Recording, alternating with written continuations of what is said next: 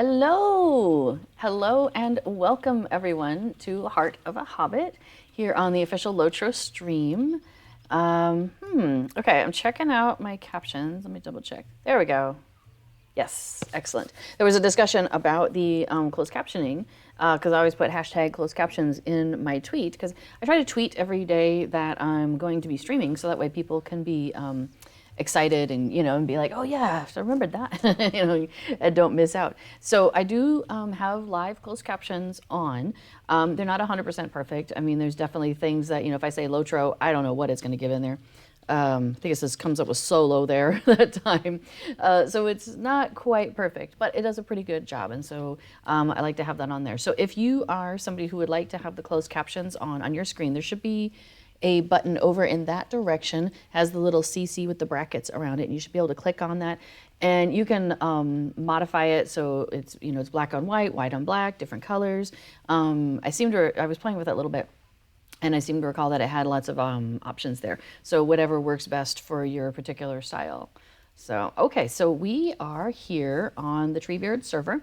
This is a legendary server here in Lord of the Rings Online. And I am really enjoying the legendary server experience that we're getting here. So, closed Bastion Fling, is that what it came out as when I said closed captioning? Oh my gosh, that would be fantastic. Yeah, it does its best. It tries. It's just like us listening to Dutch. We're like, "Barr? Oh, did you get a chicken? I will say, I don't see your CC button. You have a glowy chicken. Do you see the little warning sign down? Let's see. Click on the right. Oh, it went away. Click on the right. Over here? Nope. This one? Yes. Hang on, we're getting an error again. Yeah. There we go. That's all I needed. Okay. It seems like it popped off, but we should be back. This is why I have my handy dandy tester nearby as well. Yep. All right, closed captioning is there. You're good to go. Awesome. Okay, so we're here in the neighborhood because one of the things I like to do is we have these ingredient crates. So if you're not familiar with these, this is a quality of life thing. So when it comes to Lotro, there's a lot of things you can do. Like the main idea of the game is as an MMO is you can follow along the storyline of basically the Fellowship of the Rings and how they go all the way through and make their way through all of Middle Earth and destroy the ring and all of that. But as Affadil there pointed out, as four-woman Affadil pointed out, you can collect chickens. There's a lot of other fun, silly things you can do as part of being somebody who lives in Middle Earth. There's a lot of stuff you can do. And so, for example, you can have cosmetic pets, which are pets that follow you around. So, for example, I have a handful of them right here. I'm going to pull out my silver chipmunk, and you can rename your pets.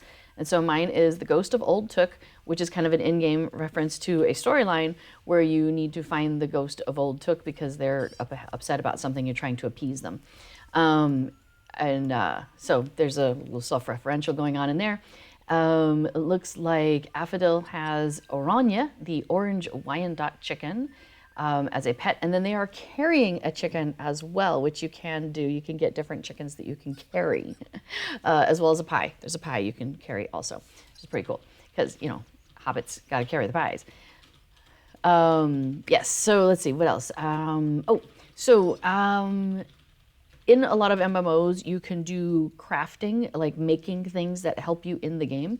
So, for example, on this character, I'm an explorer, and explorers have 3 different professions they can do, or vocations. One's a vocation, one's a profession. I keep forgetting which is which. But so as an explorer, I'm a tailor, a forester, and a prospector.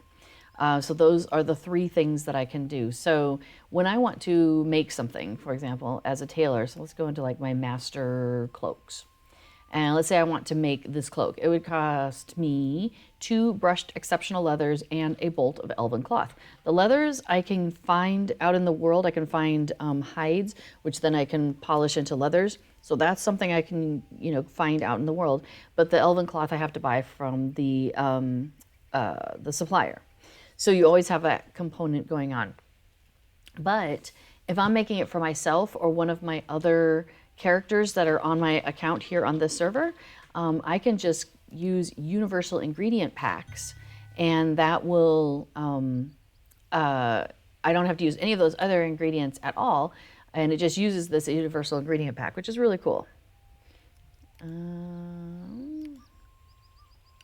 Right, thank you. Okay, so where do you get these universal ingredient packs from? Well, you can buy them from the store, but you can also get these ingredient crates. And you see there's two of them here in front of me. There's a premium ingredient crate and an ingredient crate. So anybody can use the regular ingredient crate, and when you hover over it, it tells you, actually it doesn't tell you, it says a crate that fills with universal ingredient packs once per day from an unknown benefactor. So you click on it, and your character uses it, interacts with it, and you get 3 of those crafting ingredients that I was just talking about. And then the premium one is only available to be used by subscribers. So if you're like a VIP or a lifetime or anything like that, you can use these premium ingredient crates, and they're a separate clock, and it gives you 6 of those premium ingredients. So right now I just picked up 9 of those, and that cloak I was showing you only used 1. There's some things I make that use like 8 of them or something like that. So they're really handy to have if you're making stuff for yourself or for other characters on your account there, because that's really handy to just be able to be like, boop, done. Before it says, I bet there's a hidden deed to have at least 20,000 universal ingredient packs. Hashtag Hobbit rumors. We have been, because, so each one of your characters can do this. I don't know if you noticed, but there's a 22-hour cooldown on this. So now I have to wait 21 hours and 59 minutes before I can do this again with this character. But every single one of my characters can pop in here and do this, and I have 12 characters on this account. So if I, by any chance, happen to, in a day, start with one, like at the top and just work my way and like log in each one of my characters, grab the 2 crates, log off, grab the next one, get the 2, log off, and go and so on. Then that's what, 12 times 9. So that's 100 and something ingredient crates every day that you can pick up. So it's a little crazy. Hello, Talrian. There is none for 10K. Nor for 13K, apparently. Let's see, how many do I have? Let me pull up my wallet here. How many universal ingredient packs do I have? 14 and a half. So, yeah. So there isn't a hidden deed so far for 14,500 ingredient packs. Yeah, some of us are a little bit of hoarders, aren't we? That's why we're all here.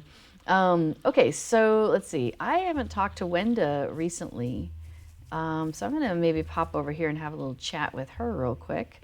So I have my subscriber town services expire in 2 days and 3 hours. If you aren't familiar with this thing, so this is another quality of life. So what I was saying is like, yeah, in Lotro you can like go off and hit things, shoot things, follow quest lines, all those sorts of things. But there's also a lot of like kind of silly, fun side things that you can do. And then there's also a lot of nice little quality of life perks that are peppered throughout the game, like those ingredient crates. Wenda Cranesbill is another one of these amazing quality of life things for the game. So if you are a VIP or other subscriber, like the lifetime folks, I think have access to this too, for example. You go over to Wenda, and she's in every neighborhood. She's in the center of Bree by the Boar Fountain. She's in Mickle Delving, kind of near the, I was going to say center of town, but that's not quite what I would call that, but not too far from the crafting stations and where the, where Hunters port in, it's in that area. So in that kind of region. And let's see, she's in Callandim. Oh yeah, and she's up in Thorin's Hall by the stable master also. Anyway, so what you do is you talk to her, and she has a quest for you. And basically you accept that quest, and then you just turn around and you turn it right back into her. You finish it right away. And what she does is she gives you, oops, my inventory's a mess. She gives you 2 things. One is the subscriber's jug, and the other one is the subscriber town services. And they're both fantastic. They're so amazing. Oh, I've got treasure caches I haven't opened up. That's hilarious. Okay, so the subscriber's jug I have one currently active. It is active for another 2 days and 5 hours.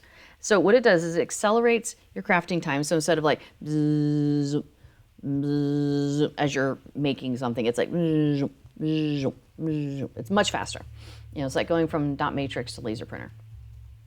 And it also, if you are defeated or any other reason why you might have item wear, you don't have item wear. So you never have to repair your gear again. It's so good. Okay, so I'm going to go ahead and consume that jug, although it sits in my inventory for 5 hours and then it'll disappear, or 6 hours.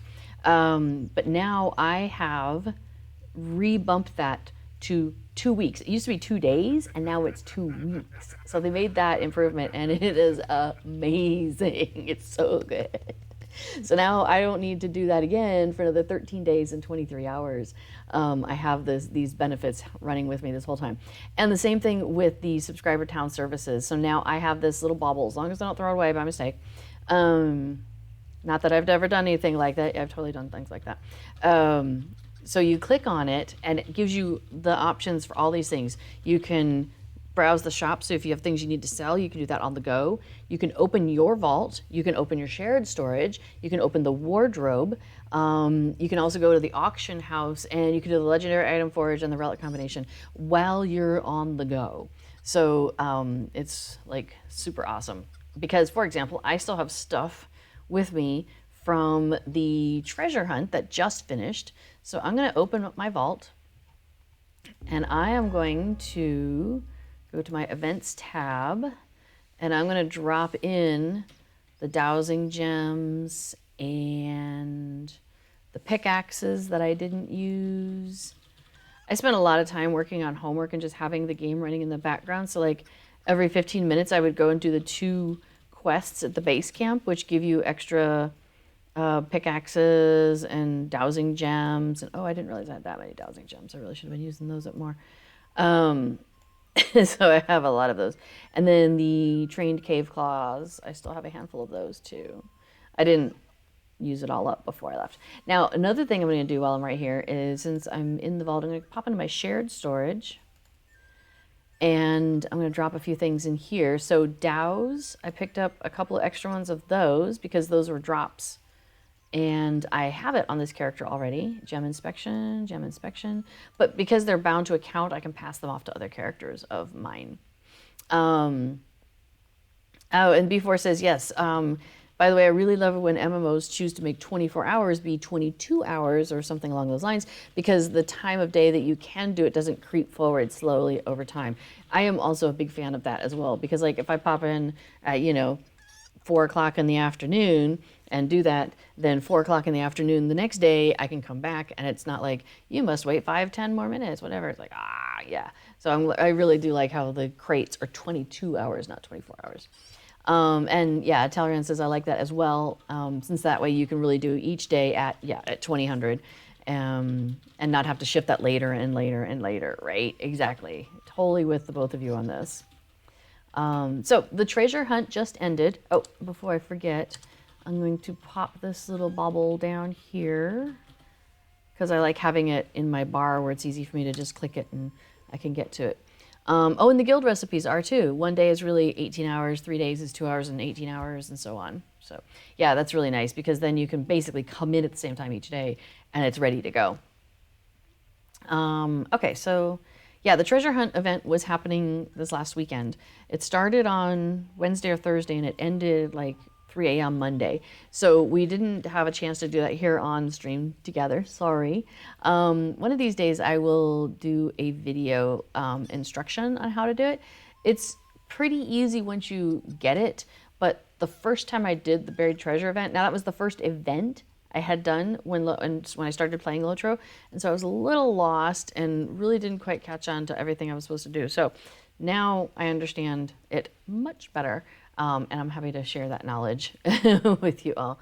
The very fishy quest is on 24-hour cooldown. Yeah, that one, and the quest is just to annoy players. Yeah, true and true. Let's see. I got some treasure hunters packs. Let me throw those in my wardrobe real quick. So here's a cool thing.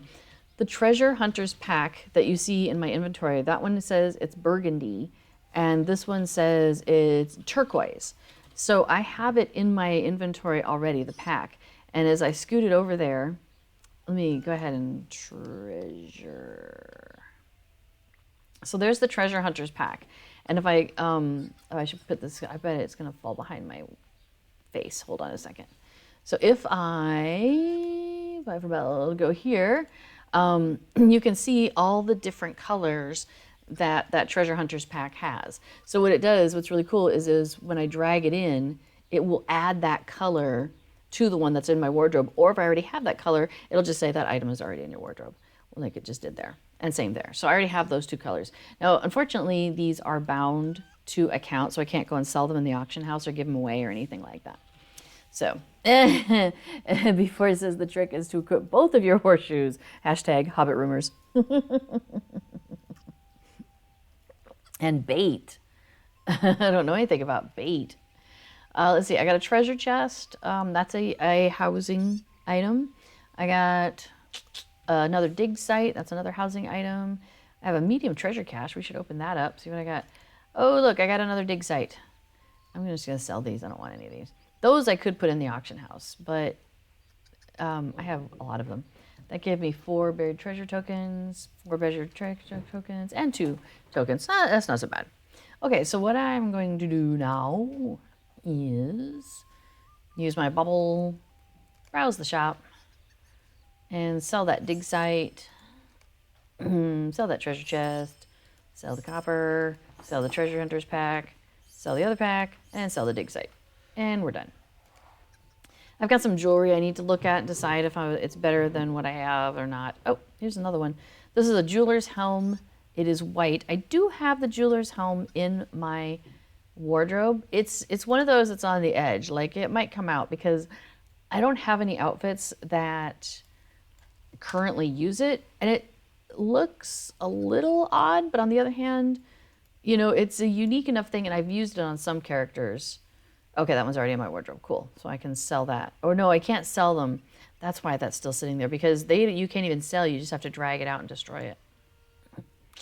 It's too bad. Oh well. Oh yeah. So I was gonna say, let me show you what it looks like on a Hobbit. It's kind of funny looking, but it's kind of funny looking and kind of cool. I can't decide. There you go. So that's what it looks like. Of course, I'm all fancy dressed, but yeah, I think if I built an outfit around it, it might work. Because I've done that before, but I can't remember what I put on it. I'm dual wielding my frying pans right now, but I think I'm gonna turn one of those into a potato once I remember where to get that and pick it up. I haven't gotten around to it. Potato. Okay, so we're done with that for the moment. I think, what are we doing? Let's see. We are doing legendary Moria stuff, it sounds like. So we'll be popping over to do that. Oh, I'll go ahead and open my Hobbit gift while we're here. So let me hover on that. So every day that you log in, there's a silver Hobbit present, and that you just get for free. Everybody gets one of those. So you click on it, and it shows you, oh, hey, Wido Boffin gave me a pile of copper scraps worth 1 gold, and I got a pot for a potion of 20 virtue experience. So every Thursday, the gold present resets. And if you are a subscriber, you get also a free gold present every week. And they're a little bit better, usually. Occasionally the silver present is better than the gold present. That does happen. But generally, the gold presents are better. So, okay, shall we go do some things? Do I need to take us somewhere? Where shall I take us? You want to go to Bree? How about 21st hall? 21st hall. Can do. I am a hunter, so I am able to take us like all over the place. I'm the teleport master, and I love it. So yes, a reminder that we do have closed captions going. If you are late to the show, we had a discussion about that previously, but it is possible they were being a little quirky and weren't ready. But yes, over on that part of the screen, there should be the CC in the box or the brackets, and you should be able to click on that and then modify them to look however you would like them to look. All right, we're going to go in to do the water wheels of Naladoom. Naladoom. Deep in the abysses of Moria. Let's see. the Oh, I don't have dwarves my had fast once feet on. crafted a great Naughty, waterway naughty to bring hunter. water in from the mountains. There we go. Soon And the did you young put your rocks chicken the down? great That's probably a wheels good would idea. turn, You should causing never the pick up a iron chicken in a warriors dungeon. concern. All right, I'm gonna grab some meals here. I don't necessarily need it. I think we're pretty good with the DPS and stuff, but yeah, we can do the challenge. I'm down for that. So foods are a really nice thing to try to remember to use in this game. There are basically 3 categories of foods that you have access to. So you can do a trail food, and you can have you can have all 3 of these active at the same time. So you can have a trail food, and a fortifying food, and a cooked food, and they have slightly different benefits. So, for example, the red tea, that is my trail food, and it gives me plus 90 vitality. And vitality multiplies by 4, I'm being told, to give me more morale. So that basically is, 90 times 4 extra morale. So that is convenient when you're out running around and doing stuff. And then, let's see what else, the soup. Gives me a resistance, some extra resistance. Whoa! Should give me the ability to not walk off walls. And some wound resistance. So that helps me in combat.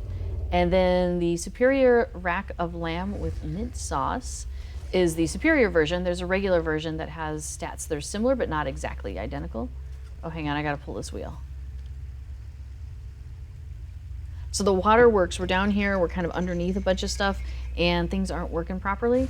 So we're helping the dwarves get everything back and functional, because the critters have come in here and gobbed things up and whatnot. So okay, so now we're running back down. running.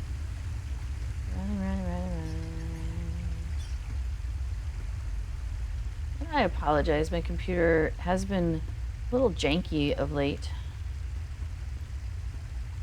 Being all stuttery, even if I put all the things down. I'm even running on like low graphics. But even in low graphics, it's still kind of pretty. It looks sometimes, you don't have quite so much detail about like where I'm standing. I look kind of like I'm hovering in the air once in a while, which is kind of funny. Excuse me. All right, so now we're heading down some stairs. Whee! I do that a lot of times. I'll just jump down the first part. And some more stairs, and some more stairs. So now this is a 3-person instance. Oops, I walked into the water. You don't want to go in there. You don't need to go there. Now for level 2. Okay, here we go. Follow that 4-woman.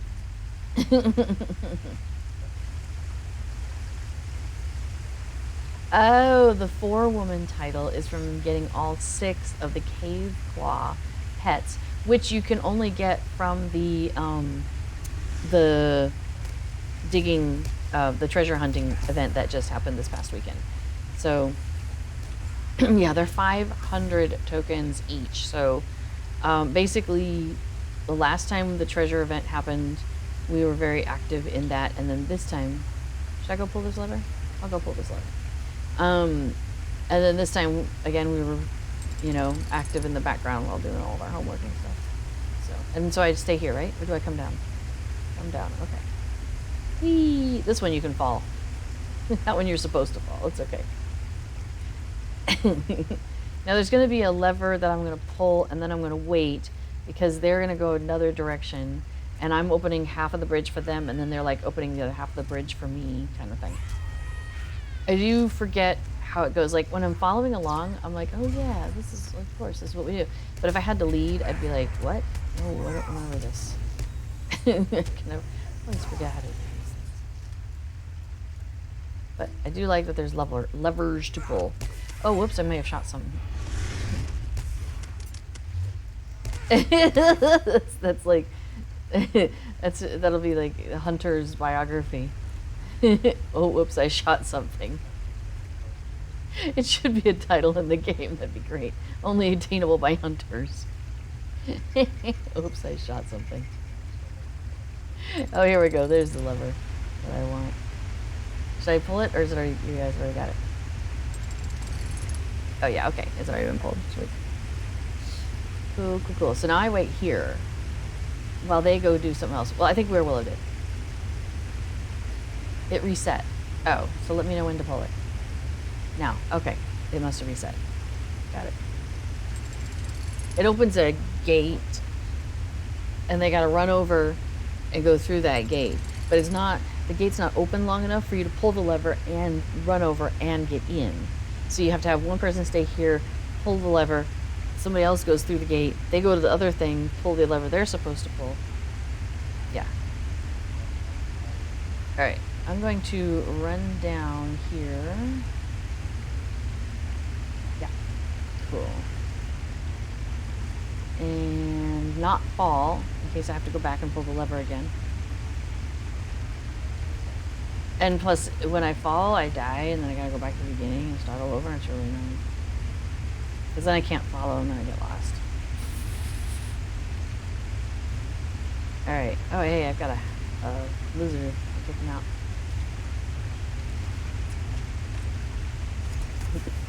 Okay, got the lizard. And you pulled the lever so I can come across. Sweet. Because, yeah, now both parts of that bridge are there. Cool. Now we're all together again. Yay. So it's like a puzzle. This place is kind of like a puzzle. So now, this is, well, no, there's, okay, so there's also a deed in here to collect some special flowers. And there's one back in there, and you have to go pull a lever to get in here. And then you've got things to defeat and all of that. But I don't think this is where we're supposed to be. Yeah, that's not where we need to go for the doodle bobber. For the challenge. Challenge is this way? Is that it?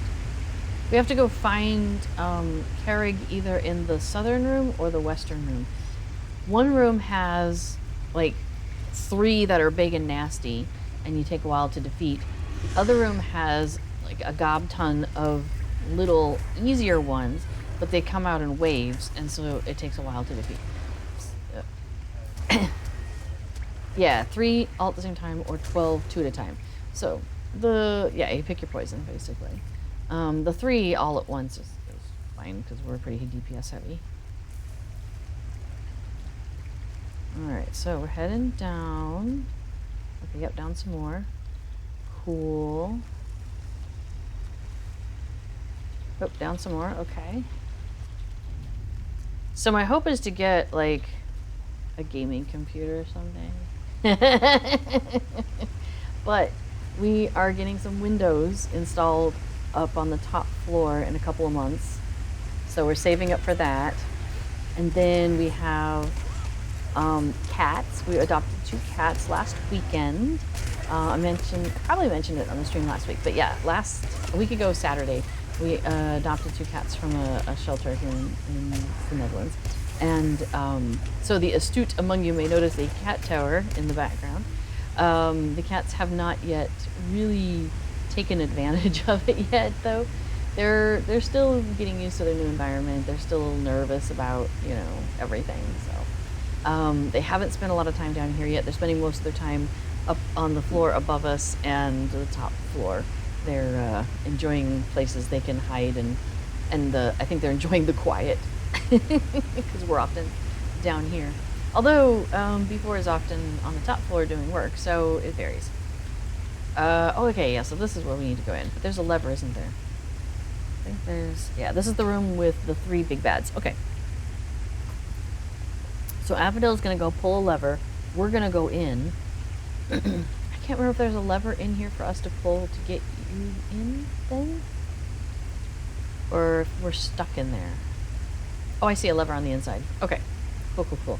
So I'm guessing then the Aphrodite goes and pulls the lever. We go in. Door comes down. Aphrodite comes back. We pull the lever inside. Aphrodite comes in. That's going to be our plan. What a great plan. Hopefully it'll come together. You know, I love it when a plan comes together. So yeah, so we have 2 cats. So we're getting a cat patio built in the backyard sometime. We just got in contact with the people who can do that. One of the neighbors, like 2 doors down, has one from a company, and they recommended. So we're like, cool, we'll give that a try. So we need to like go and take pictures and get some rough measurements, and then kind of email them and say, here are the thoughts that we have. So, for example, do we do it the entire width of the house in the backyard, or do we do just a portion of it? Do we have it up against the house, or do we have like a little path? Oh, here we go. Now we're in. And have it kind of offset from the house. We're in. Yep, thank you. Yep. Come on. Yep, go ahead and undo your thing and come on down. So yeah, so we're debating like how big are we gonna go with this catio in the backyard. And so that's gonna cost us some money. So probably after that, I might start looking at being able to get a gaming computer. Oh hey, the gate just opened and we didn't do that. Okay, Affadil's experimenting to see if we can't see it, but I'm guessing behind the scenes, and I can look over at his computer actually, that he is trying to see what happens if he leaves the lever and comes down without it. Now, if you get to where you are trying to go and you can't get across, don't go back yet, because we have a lever in here, and I can pull it and see if it sets your bridge, that if you end up needing a bridge. Then you can take it to the bridge. Okay, so hold on. Let me pull this lever and see what happens.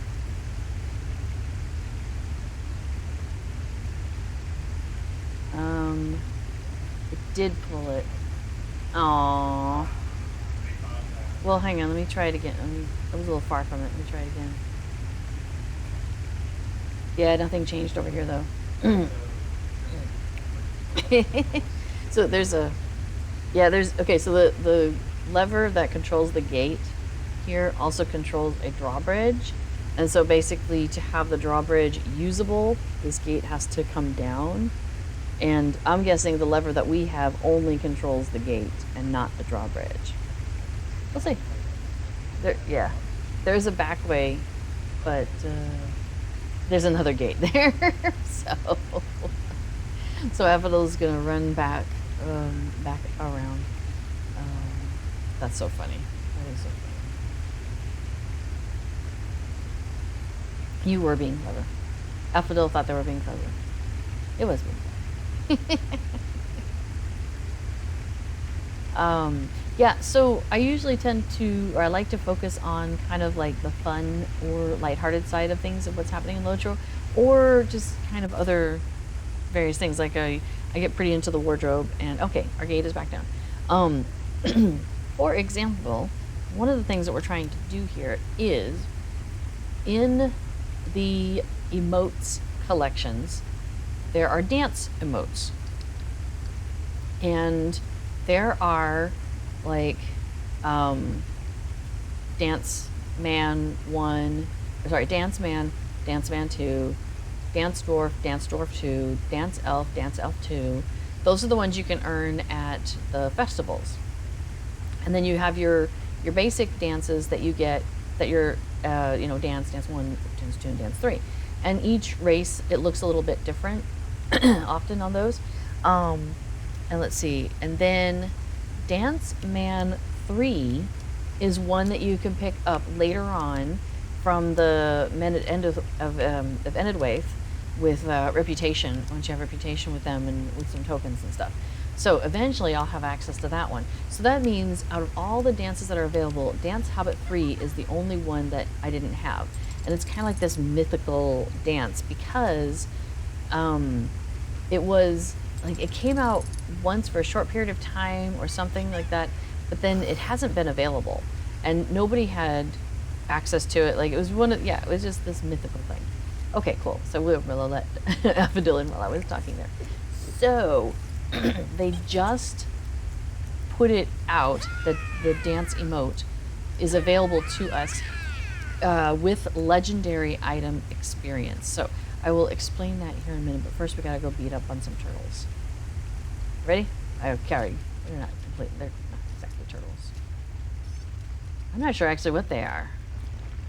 Like, what is the category of animal that they are? I'm not really sure. Welsh monster. Whee! Wow, gave me a good old punch there. Are we on self-healing?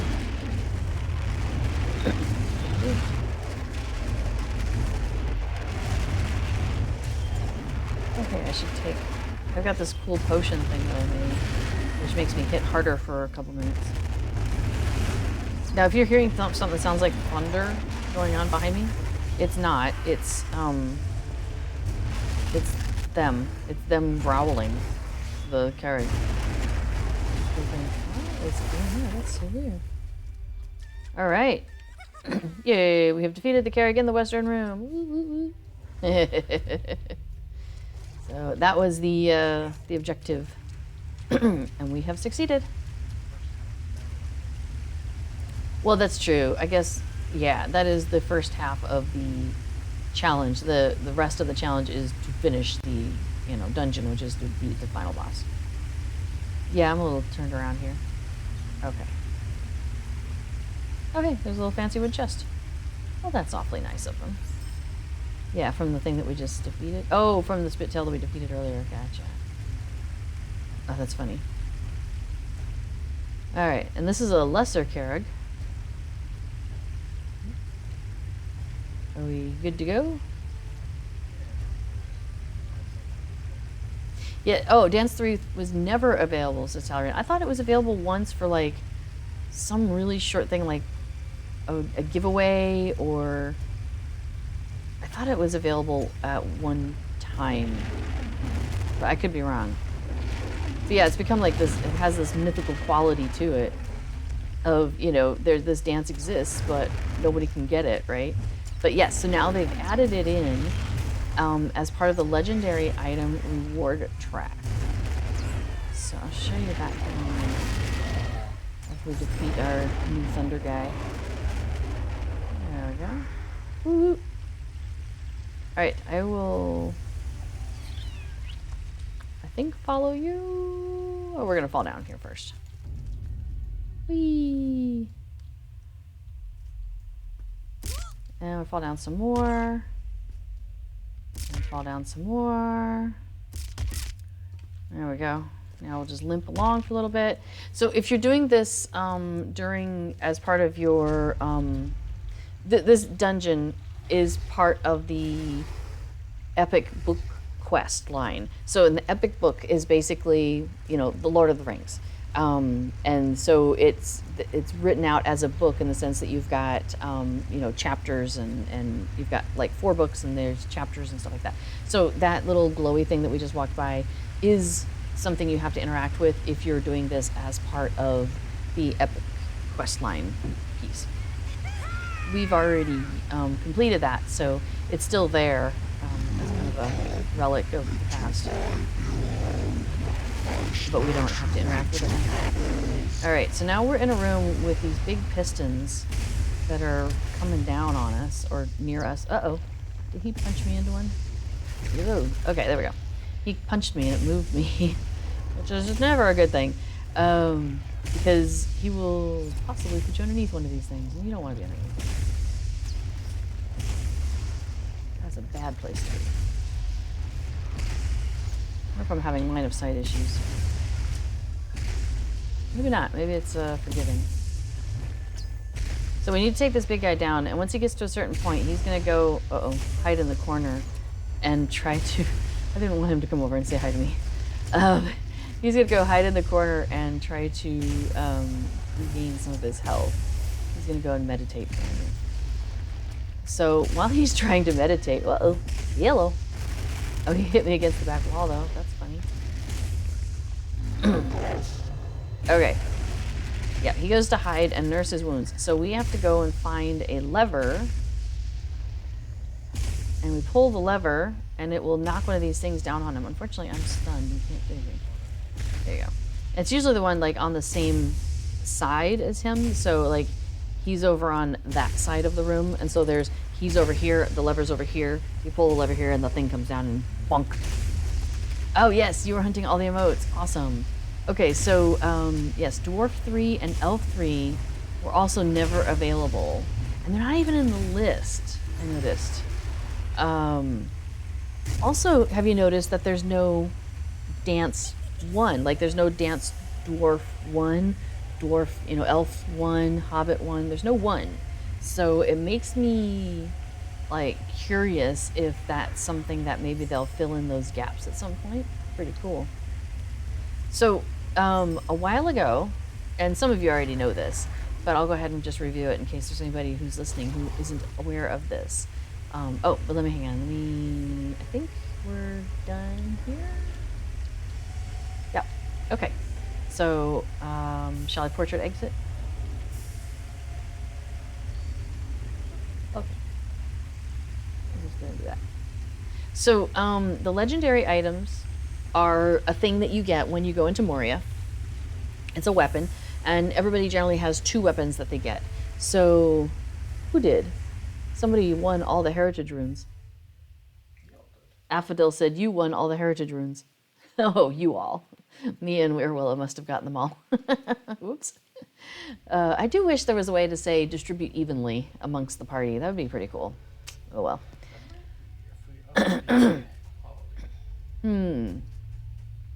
Yeah, the rolling for loot and stuff like that is always one of those where I'm like, and speak with me.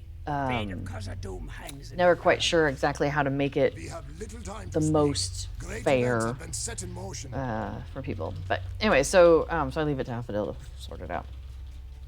Anyway, you go into Moria, and yeah, you get a legendary item. So for example, on my character, the 2, you usually get 2. The 2 that I have are a sword. So for me, I would get some sort of pokey thing. And then I also get a bow, because I'm a hunter. Okay, so we're going to go to the other companion piece here, which is the Mirror Halls of Luelnar. And these are both 3-person instances, so it works out really well when there's the 3 of us running around together. So yeah, so I have my legendary items, and they're better than your average item. So yes, it does, do what it says on the tin there. The difference is the way it first was working is it wasn't really working like I think it wasn't like I think it was in early days, and so you never know. It's really hard to plan for the future is my thinking. And so unfortunately the legendary items as they existed didn't scale up well with the different pieces of the game as they got added on. Right, as you go into like Rohan and Isengard and all these different places, and so the legendary items became this kind of weird thing where you got your legendary item when you went into Moria, and then you hang on, I can't see my screen very well, and then after you leveled up a little ways, you would find other legendary items lying around on the ground, which seemed a little strange, but sure. And sometimes they would be better. Often, eventually you would find ones that were better than the ones that you already had. And so you would basically be like, oh, this, mythical thing that I have found, oh, well, I'm just gonna trash it, chuck it away. I'll pick up and use this one now.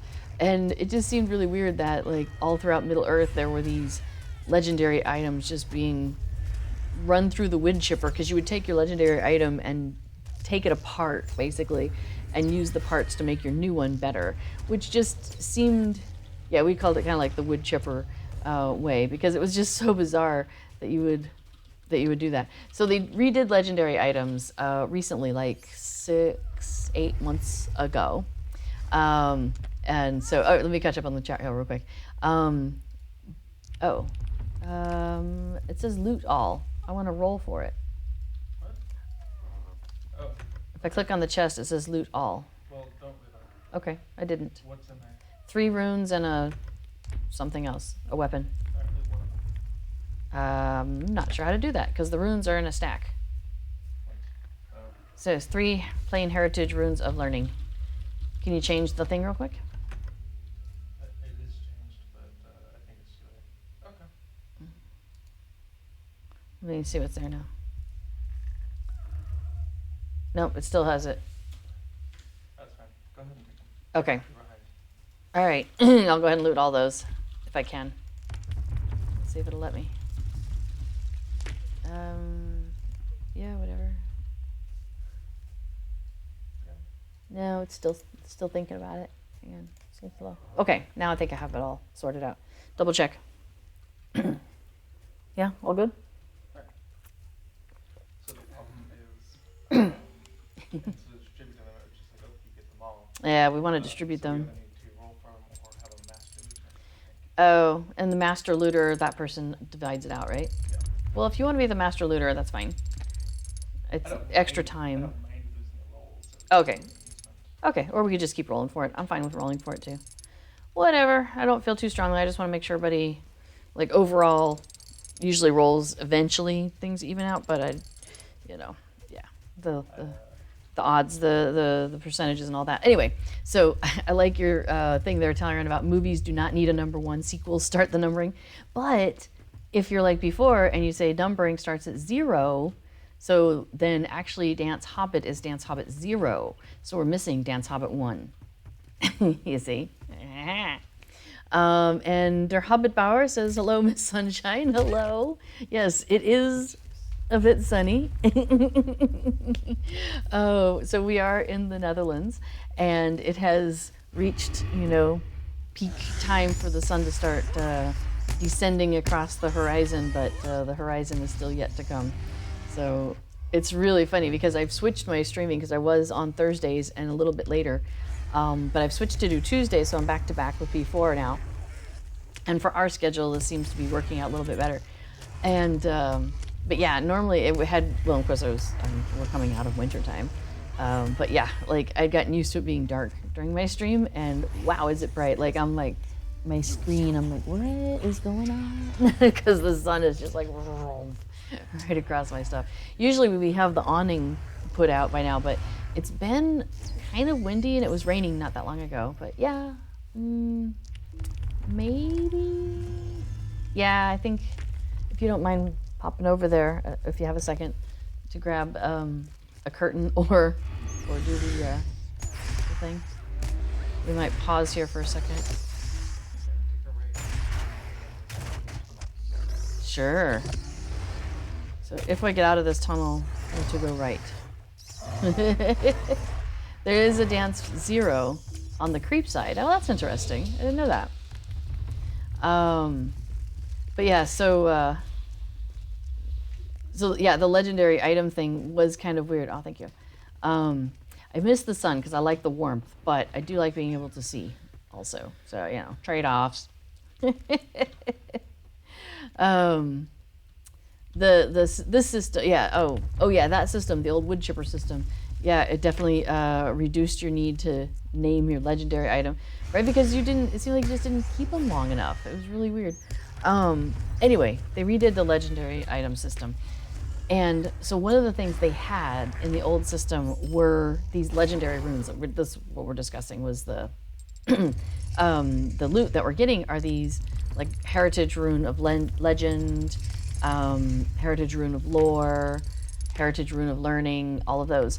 And they have legendary item experience. So what you used to do is you would take these runes and you would consume them or, apply them, but basically they would disappear. And you would apply that experience to your legendary item because your legendary item scaled up with you. And that was how you did it, it had its own experience bar and you worked on it that way. But the new LIs are not like that. They really streamlined the system, which has been fantastic.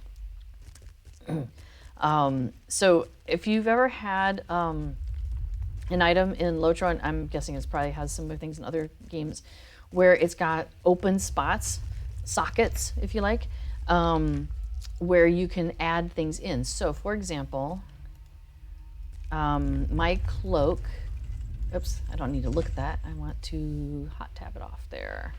There we go. So this cloak that I have has 2 squares on there that were empty when I got it. and I was able to apply an essence of my choice to these slots.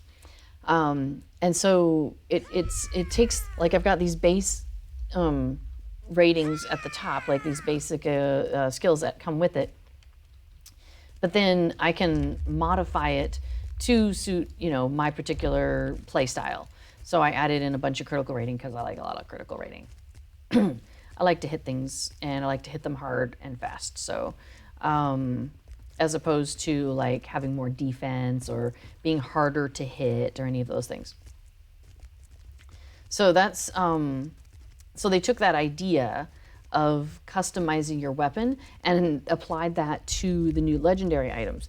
So my legendary item looks a lot like that, but it's a longer list if you look at it. And it has more of those open slots on it. Well, they're full now, but they came with more open slots. And those slots are in 4 different categories. And so you buy traceries, as they're called, to put into those spots, into those open spots. And you do that from 4 different categories. And so each of the categories has different things. Like, and one of the categories is like specifically about how you play. Let me see.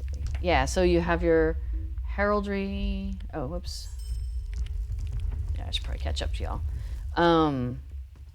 Heraldry of craft. I forget the 4 categories. But yeah, so anyway, there's one where you can get the things, you can choose things that are very specific to your class. So like there's hunter specific ones. And so I have those in my legendary items. But then there's also ones that anybody can use, like the something of the ox or whatever it is. Let me see. Heraldry of the serpent.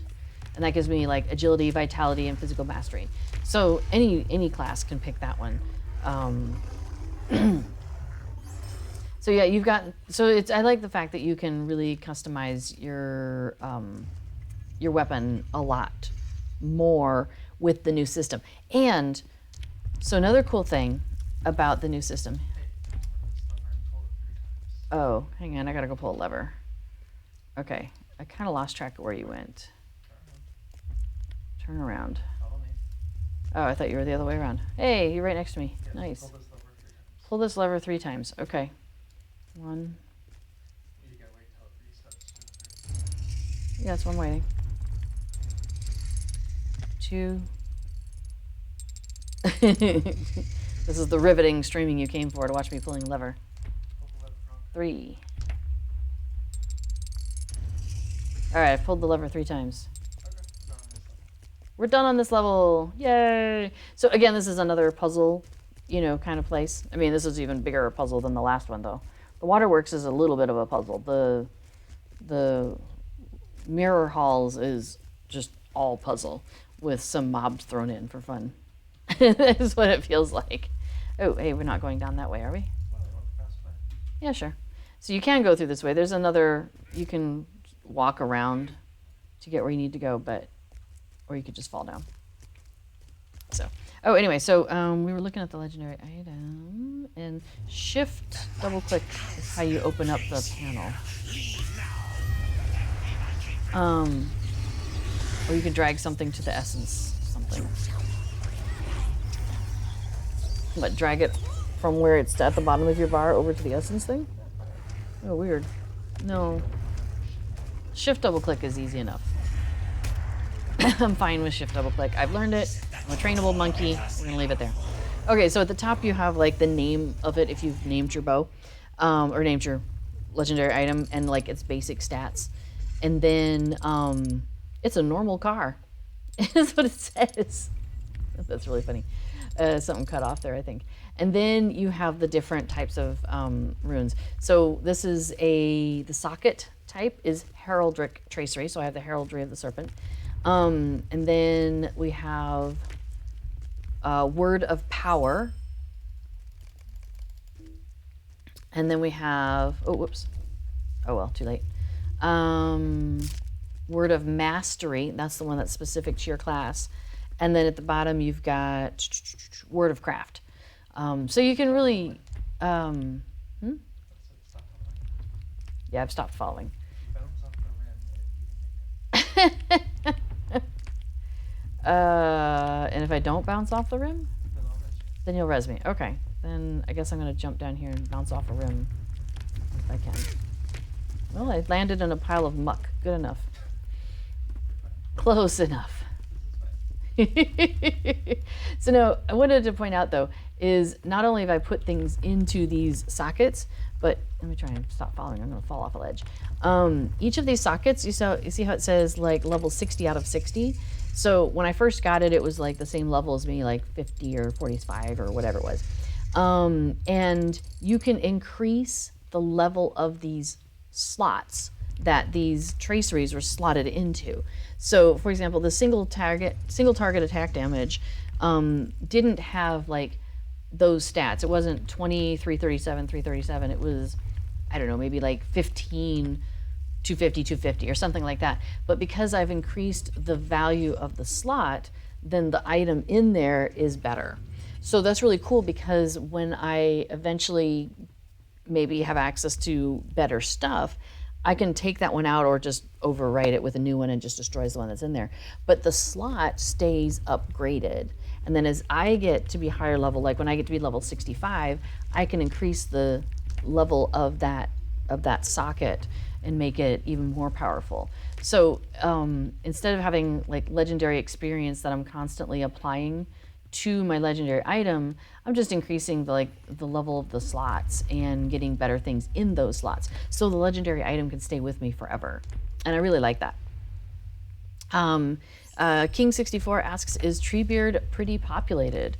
I would say so. It's a legendary server, so the legendary servers tend to have a lower population than the standard servers. And also it's newer, so it's only been around for, it'll be a year this coming end of June. Like in a month, it'll have been a year. So it's been around 11 months now.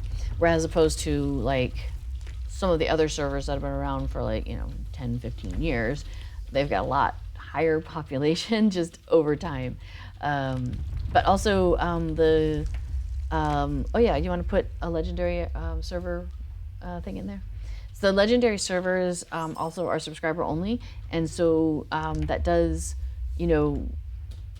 change the population from, you can have all of these people to you can have all of these people. But still, it's worth it. I really enjoy being on Treebeard. Currently, it has listed 94 people that are non-anonymous online, and I think that yeah, that might be accurate. But if it's somebody's anonymous, they don't show up, and you usually have a lot of anonymous people. There's like people who don't want other people looking at their gear. I don't know why. I don't quite understand that. And honestly, I don't look at people's gear most of the time. I just want to know what they're wearing and how I can build an outfit that looks like that. Yeah, so it's cosmetics are important. That is the true end game. Do you have a nice outfit? Does it match your mount? Like, really, these are the things that are important.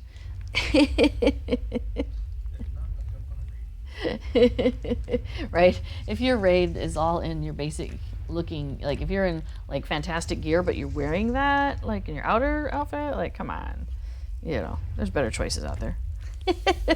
Not saying that raid gear looks bad. I'm just saying you could look better. Also, if you are doing this instance as part of your epic line, because this is also part of the epic line, there's the little glowy bauble that you have to interact with. So just as an FYI, if you're coming in here and doing that, that's what you're looking for.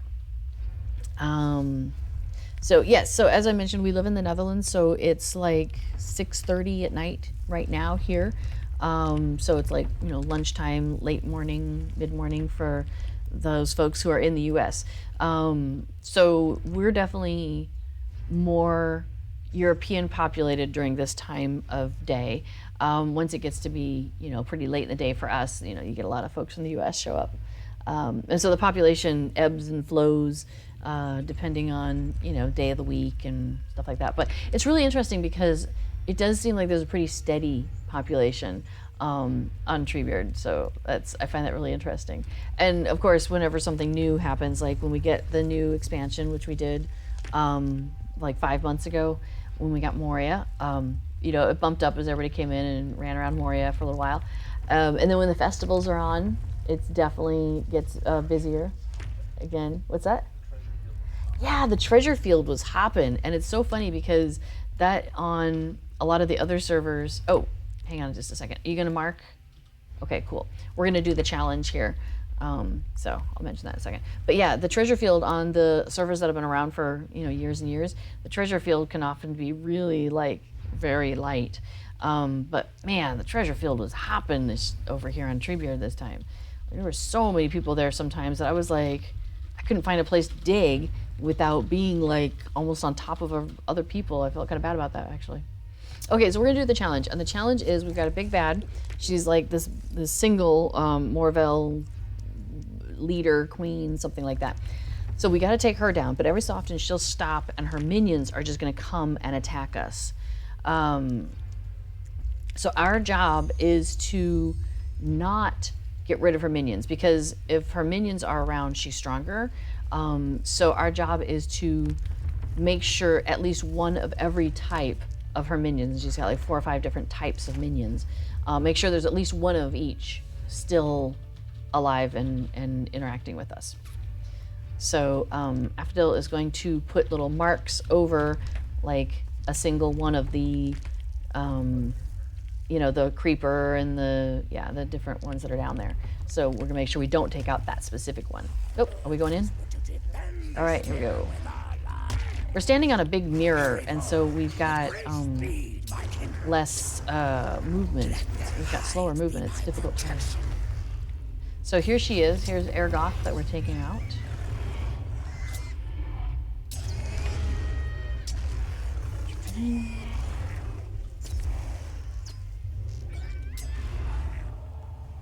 So, King64, what server do you play on normally? So I'm on, well, I should rephrase that. I have characters on a lot of servers. Okay, so you see how she's like not active at the moment, but now we're, we have a swarm here, so we gotta be careful not to do any AoEs or anything like that, because we don't want to damage these folks, ideally. We just want to wait. And the biggest thing is for the tank, generally, because they're the ones who've got all the attention. They're not paying much attention to me, and I am okay with that.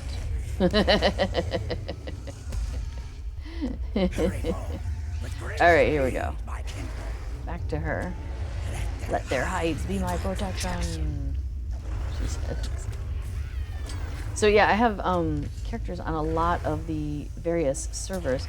Oh yeah, she does this every once in a while. She just throws people around, to like whoosh, knocks you across the room. So you have to be careful that she doesn't like knock you off. So if you get close to the edge, you gotta kind of like stagger your way back towards the middle, so she doesn't like boot you off the edge by mistake and you're like, whoops, because that's a disappointment. Yeah, you don't want that. Hurry forth with great speed, my kindred. They're gonna come in here in just a second, so we'll be careful not to hit them. Yep, okay, here they are. Now she's throwing things at us. Whatever, lady. You'll see her minions were attacking me a little bit, but then now Weird Willow's got their attention, which is fine. I'm doing pretty good for health, so I'm not too worried about it. I'm guessing Affadil's probably on healing mode to keep us through this, so. Yeah. They looked at Weird Willow and go, I want to attack you. Oh, there she goes. She threw me across the room. Oh, both of us. Yeah, that was nice. So now we start working on her again.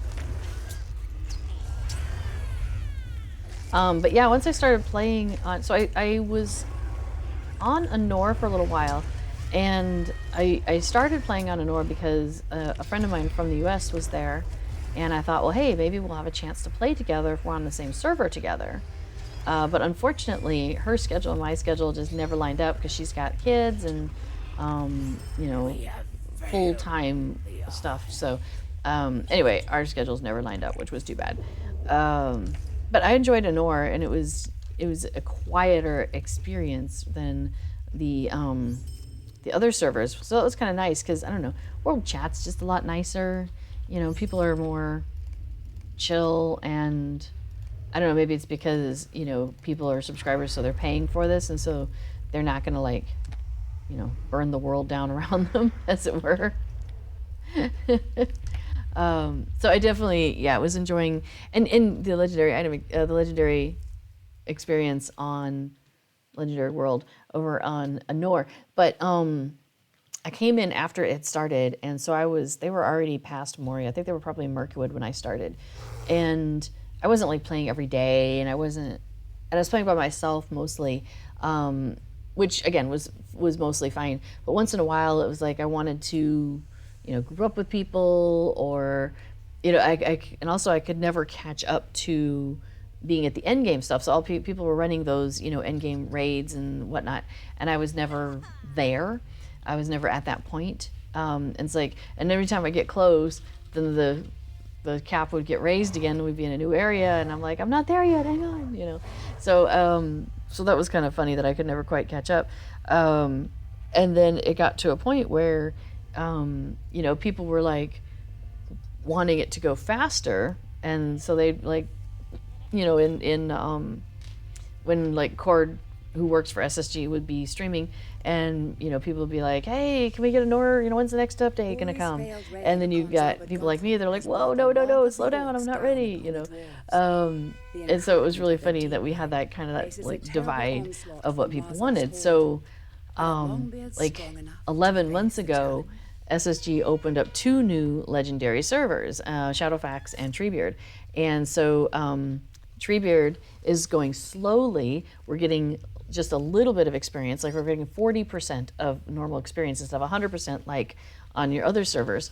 And we get the next expansion opening up every 6 months. Now the other one is Shadowfax is going really fast, and they are going at 150% of experience, so super fast. And they get the new expansion every 2 months, and so everybody's able to keep up the cap really, really easily. So it's just interesting, so I was really glad that Treebeard opened up, because I was able to start like on day 1, like literally here, like it was on the calendar, and like noon when it opened, like we were ready, we had our character names ready, we were like log on, get in, get that server name. And then also we wanted to get a kinship started, because you can't get a kin house until your kin has been around for 3 months, and so the earlier you start, the sooner you can get that kin house, which then gives you kin travel and all of that fun stuff. So as soon as I had the money and the level, I like ran over and started a kinship. And then I went and did it with a second character, actually, so that I have 2 kinships that I can play with if I want to. So that's been, pretty cool to have all that sorted out.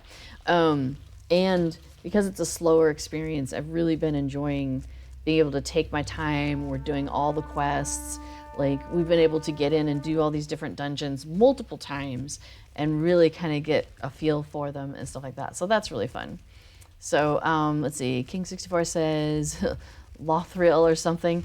Probably Landreval or Laurelin is my guess, maybe? Although, that's a good point. So you say that you got your original count back in 2007, but you weren't able to play, and then you was involved elsewhere, but normal servers feel so simple compared to the brief time I had played. Just walking through mobs, remembering it a lot more of a risk fighting enemies back then. Yes. So I think my understanding is that when Lotro first launched, I mean, the world of MMOs has changed so much in 15 years. I think a lot more people are playing MMOs now. And so you've got people who just like drop in for a little bit of time after work or between things and whatnot. As well as people who play for like 8 hours a day. But they changed it from being something where it was like, okay, you need to have a group to get through X, Y, or Z, to now you can do pretty much the whole game, most of the game. You can do most of the game solo, like the epic lines and stuff like that. The core storyline, you can do that solo, Whereas when the game originally came out, that was not the intention. The intention was you could get so far, but then you would need a group, and it was to force people to fellowship up, which is neat from a collaborative perspective and kind of like taking that in-game idea, of fellowships are required. But from a practical perspective, for real life world stuff, it wasn't working out for people who couldn't always find someone to group up with. So I think that's led to some changes where they've moved things to being, more soloable than they might have been when you first started playing.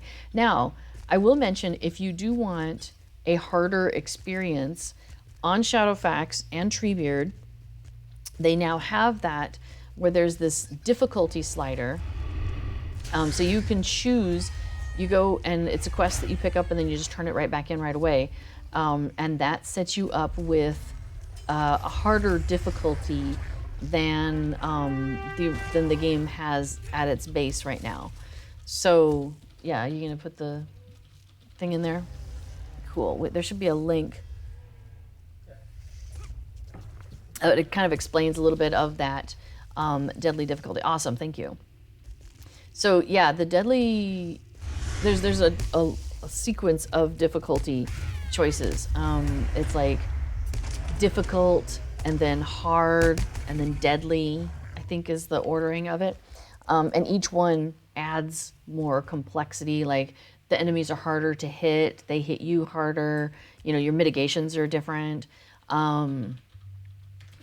Once you get to deadly difficulty, now it doesn't persist in instances, but in landscape, there's a thing basically like Sauron's Eye, where the idea is that you are making such a ruckus that Sauron or his minions have noticed you. And so therefore you are more susceptible to being attacked. And the way that they implement that in the game is there will be like a little box that shows up around you on the ground, and around that is a larger red box.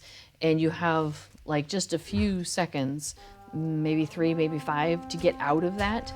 And if you or anybody else who's on deadly with you is still in that box, when that time runs out, it will an explosion of fire will happen in that space, and it does about 1/4 of your health damage, and it does scale with you. So if you're if 1/4 of your health is 1,000,000 points, then it does 1,000,000. If 1/4 of your health is 250 points, it does 250. Like, it scales with you. So that's kind of cool. But it's really funny because like Affadil and I, for example, both play on deadly, and so does Weir Willow.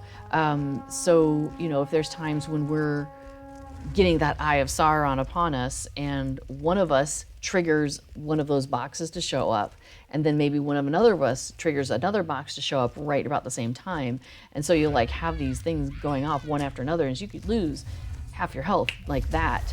And so that really does change your gameplay, and it changes the game style, and I really like it though. Some people don't like the implementation of it. They're like, why is an aerial assault coming from Sauron? But I look at it that we've got the dwarves on the other side that have these keg bombs that they lob in, and then a few minutes later it explodes. So I figure we have explosions in the game. Like, it's not a big deal to me. I do not mind it. Cynic says they've heard that Lotro is harder than it was at launch with the deadly difficulty, you think? That is quite possible. I'm really enjoying the deadly difficulty. Now, deadly itself, as I think you mentioned there, deadly +0, then you could do +1, +2, all the way up to deadly +6. I've heard deadly +6 solo is really hard. So I haven't tried that. We're still at deadly +0, and I'm enjoying that experience quite a lot. Because we get less experience as we go. So when we're out in landscape, we're basically trying to fight things pretty much on level. Now, we do have Stone of the Tortoise if we need to slow down our progress, because we did run into that even still the 40% was still too much because, and I don't know why they made this choice. If you choose the deadly difficulty, it gives you bonus experience. I'm like, I don't want that bonus experience. That's the whole point of this. Don't give me bonuses. So that was kind of funny. Yeah. Let's see, where is it? It's one of my, oh, not in here. It doesn't show because we're not on, we don't have the difficulty slider in here, but, well, I think because it's an instance, in the instances, the effect isn't showing up because we don't have the effect happening to us in here. But anyway, so yeah, I'm getting bonus experience because I'm playing on the deadly, and so it's very silly. I'm like, I don't want your experience. Keep it. Please don't give me that experience. Oops, I just ran off. Sometimes I do that. Sometimes I hit things randomly, and sometimes I run off. It's a hunter thing. So, but yeah, it's like a metaphor. The target's painted on your back. So there's not like a literal target on your back. You know, it's all a metaphor. It's all metaphorical. That'd be funny, a cosmetic of a target on your back. That would be funny. Hey, Dragon Jarenth, how are you today? So the whole thing we were talking about earlier, legendary item experience. So legendary items no longer use legendary item experience. So what do you do with these runes that have a legendary item experience? Well, they now apply to this thing called the legendary item reward track. So they started this a little over 3 months ago, and it ran for like 3 months, and then that one finished, and now we've started a new one. So anytime you get legendary item experience, it applies it to this track. So you can see if I scroll along here, I don't think they have a way to just jump yet. They're still adding features to this as we go. So I'm in level 28 out of 100 on this track, but each time you finish a level, there's benefit that you can claim. So I can get enhancement runes, I can get traceries. Basically, those are things that you use with your legendary item to either put into those slots or to make those slots better, or the currency you get to go and buy things to put in those slots.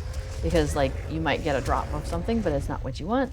And so you can just go to this library in Elrond's house and buy the one that you want. But this time, the reward track, so this is the second time they're running this, at levels 25, 50, 75, and 100, there are special things. So I should do this. On level 25 is a banner of Gilgalad. Oh, are we at the end? Hello, here's me not paying attention. I really should pay attention. Because we can't let Broger die. If Broger dies, we have to start all over. He dies so easily. He's made out of like tissue paper. He's got so much health, but then he's like, I got it. And you're like, no, stop, Broger. You don't got it. All right, cool. Yay. But we managed to succeed and keep Broger from taking himself out. Good job, team. Oh, in instances of size 3 or more, the difficulty mode is suspended. Oh, okay. Fair enough. That's too bad. I like it in instances. But Missions are always 1 or 2. missions are always 1 or 2, and you do have it in those. That's true. That's true. But yeah, so there's some places where you don't have the difficulty thing, it doesn't show up for you. But in landscape, it's always there. So that's fun. Yeah, I really like it. And I'm really liking the Treebeard experience because I really love how slow we can go. With the revelation Like, of Siegelberg, we still have another month. Well, less than a month now at this point, but because I think it's I think they said it was June 25th that we get 25th or 20. Oh, let me see. Did I don't think I put it in my character. I'll have to check. In my biography of my character, I put in key dates, and so I have like the Lotro event schedule on here. I find that really useful. Like Hobnanigans. Oh, we have an Hobnanigans weekend coming up. That's right.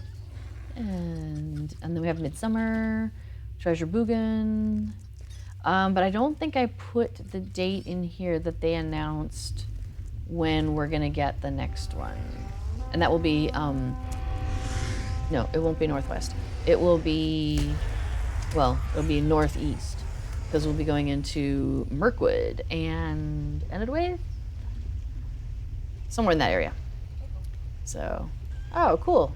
Thanks, Moobot. The next scheduled event is Hobnanigans starting June 2nd, ending June 6th at 3 a.m. Yay! What? It's a weekend. 2 to 6. 2 to the 3rd. Yes, one day. That's all you get. Good luck. That's funny. I like it. That's great. Am I an employee of SSG? Asks Cynic. No, I am not. Most of the people on the stream on this channel are just fans of the game, and we play the game and we bring some sort of benefit that the folks at SSG thought, sure, you can stream on our channel. Like I like to show off the festivals and the other fun things, other social things of that sort. Some of the off the beaten path things. Those are my sort of niches in all of this. But no, I am not an SSG employee, and so sadly I can't help you with anything if there's something. But if you ask questions, I often know things, so I can help with that. So, what's that? I play and I know things. It's like the PG version of Game of Thrones.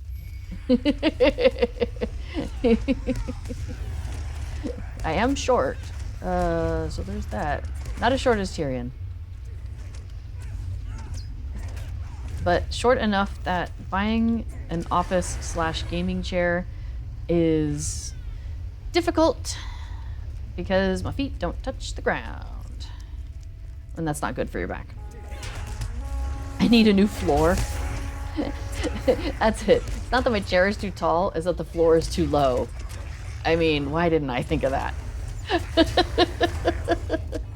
Oh, you were wondering if any employees stream on this channel. So, on Fridays, there used to be a regular stream called Chord of the Rings.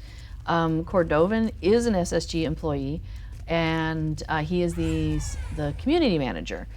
However, he is focusing on getting things like news pieces on the website instead of doing that as a weekly stream, because I think he felt like the stream was too like ethereal and he wanted something more permanent. So he's not on regularly, but he is on irregularly, I guess is the best way to put that. Let's see, who else? Severlin is the executive producer, and he comes on once in a while, but usually Cord will do like a Q&A sort of thing. And then there's Scenario, and Scenario is an SSG world builder. So he's like, he can take you through a landscape and be like, the reason this tree is here is because of this thing. I mean, like he knows like all these ins and outs. And so he does like a monthly stream where he'll take you through an area, like he just did Breland last month or a couple weeks ago. It's in the archives on this channel. And so you can catch up with what he's showing on that, and that's pretty cool. On the Lotro Twitter, so like, twitter.com/Lotro, you can see they'll always tweet when somebody from SSG is streaming. So that can be a way for you to find out about it. And also, it's usually posted on the forums, I think. Cord still posts on the forums. So, yeah, I think Cord's plan was to like take, to think about the fall, like to look at it in the fall and reassess at that point, I believe is his plan. I think that's what he said his plan was. Because I know he's got like, he wanted to get the Lotro website, kind of get all these templates and stuff in place for, news articles and like the sales when they come up, be able to just have that come up really easily. Oh, I think that's a frigid squall, so watch out. It was a frigid squall. Ho, ho, ho.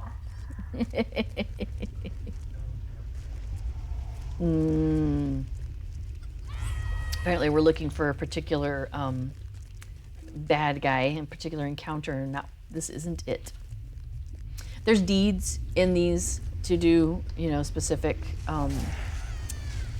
encounters, and once you've done all of them, then you finish the deed. It gives you sometimes the title, sometimes it gives you marks, medallions, things like that. Oh, if you want to pick up that banner, I already have one of that color. Oh, okay. All right, so maybe Where Willow could grab it, or nobody. It's okay. It's okay to let them go to waste. Enemies are moving against the supervisor's platform. This is another one where we have to make sure he doesn't go in and Leroy Jones it, but he often doesn't. Usually we take them out pretty fast in this instance, so it's not too much. It's not as big of a deal as the other one. I didn't think about it. I wonder if you can run it higher than server cap. What do you mean, can you run it higher than server cap? I think level 62. What if you set this to level 62? That would, I don't know. Huh. Can you set, so the question we're discussing, can you set an instance to be higher than the server cap? Because the instance can be run at higher than that, because over on the regular servers, the standard servers cap is 140. So, you know, that's an interesting idea. Oh, thanks, Mubat. The World Builder chats with scenario. There's the playlist. Very cool. Yeah, so Cynic, if you ever wanted to catch an SSG employee streaming, I would say check like the Twitter and the forums, because usually Cord will announce it on those. It's often very last minute with scenario, but it's roughly once a month, so you can kind of be like, oh, it's been about a month, it's probably coming up soon, you know, that kind of thing. And then, yeah, Cord was going to try and get some stuff done and with the websites, because he's also the community manager for DDO, which is the other game that SSG runs. So I think he was going to work on the websites for a little while and then look at if doing the weekly stream was something that was of interest, maybe in the fall. He's also a single dad, and so he has some busy times in the summer. I don't know if you have kids, but my kids are grown, but man, summers were busy and chaotic with my kids, I can tell you that. So, because I think he was actually doing the stream on his lunch break, like just taking time out of his free time. I'm like, what? Like, dude, seriously. Like, it's nice to love the game, but you know, you gotta have lunch and have some like downtime too. Like, I love board games and video games, but I don't think I could do them 24/7. I don't know though, I haven't tried. Maybe I'll find out sometime. Alright, so this is the big bad out of this one, and there we go. Kaboom! So many banners. And loot the body. Don't forget to loot the body. Oh, I think... Did I just finish Legendary Moria? Let's see. Not sure. Okay, no. Well, oh, okay. I was checking to see if maybe it turned into advanced. The list came up and it seems bigger. It's the same one? Okay, then never mind. Never mind. It's all good.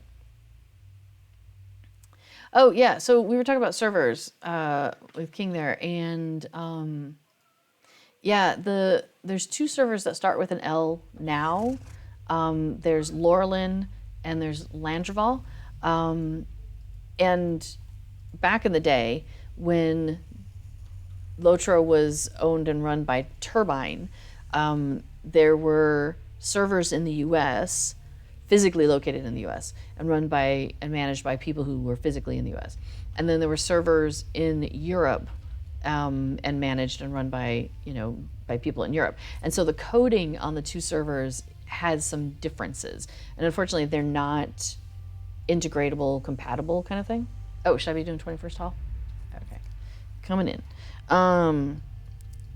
Now all the physical servers, because of modern technology and everything, the servers themselves are physically located in the United States and then managed by just one team, rather than having to have two sets of employees managing servers.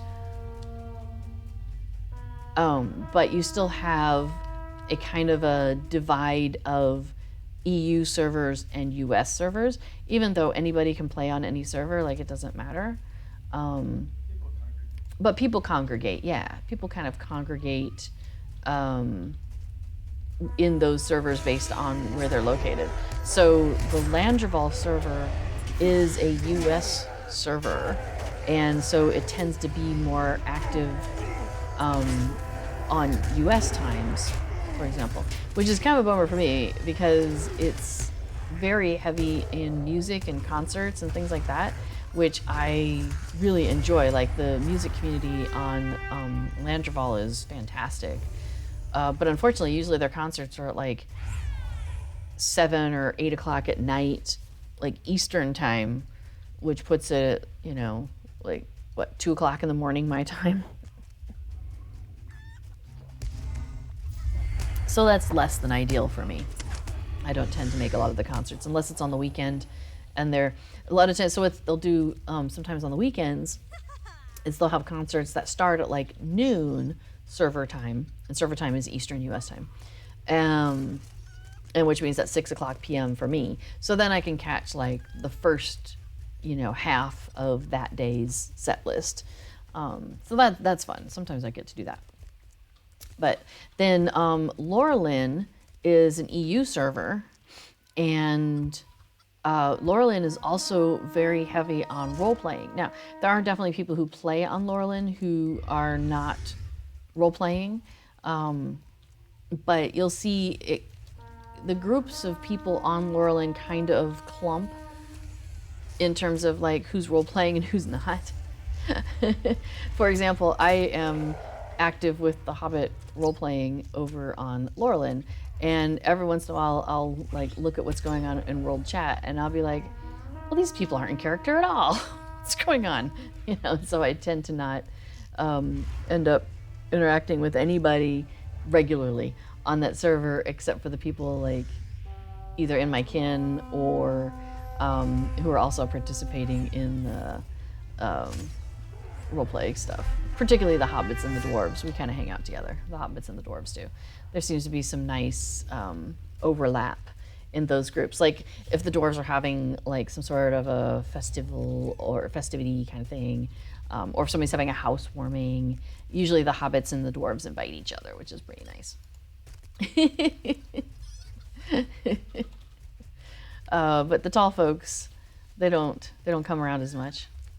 I mean, occasionally there's a couple of elves that we see semi-regularly, but usually what you do is you just end up playing a hobbit. you go find a hobbit. You play a hobbit instead. So let's see, to the west, right? Okay.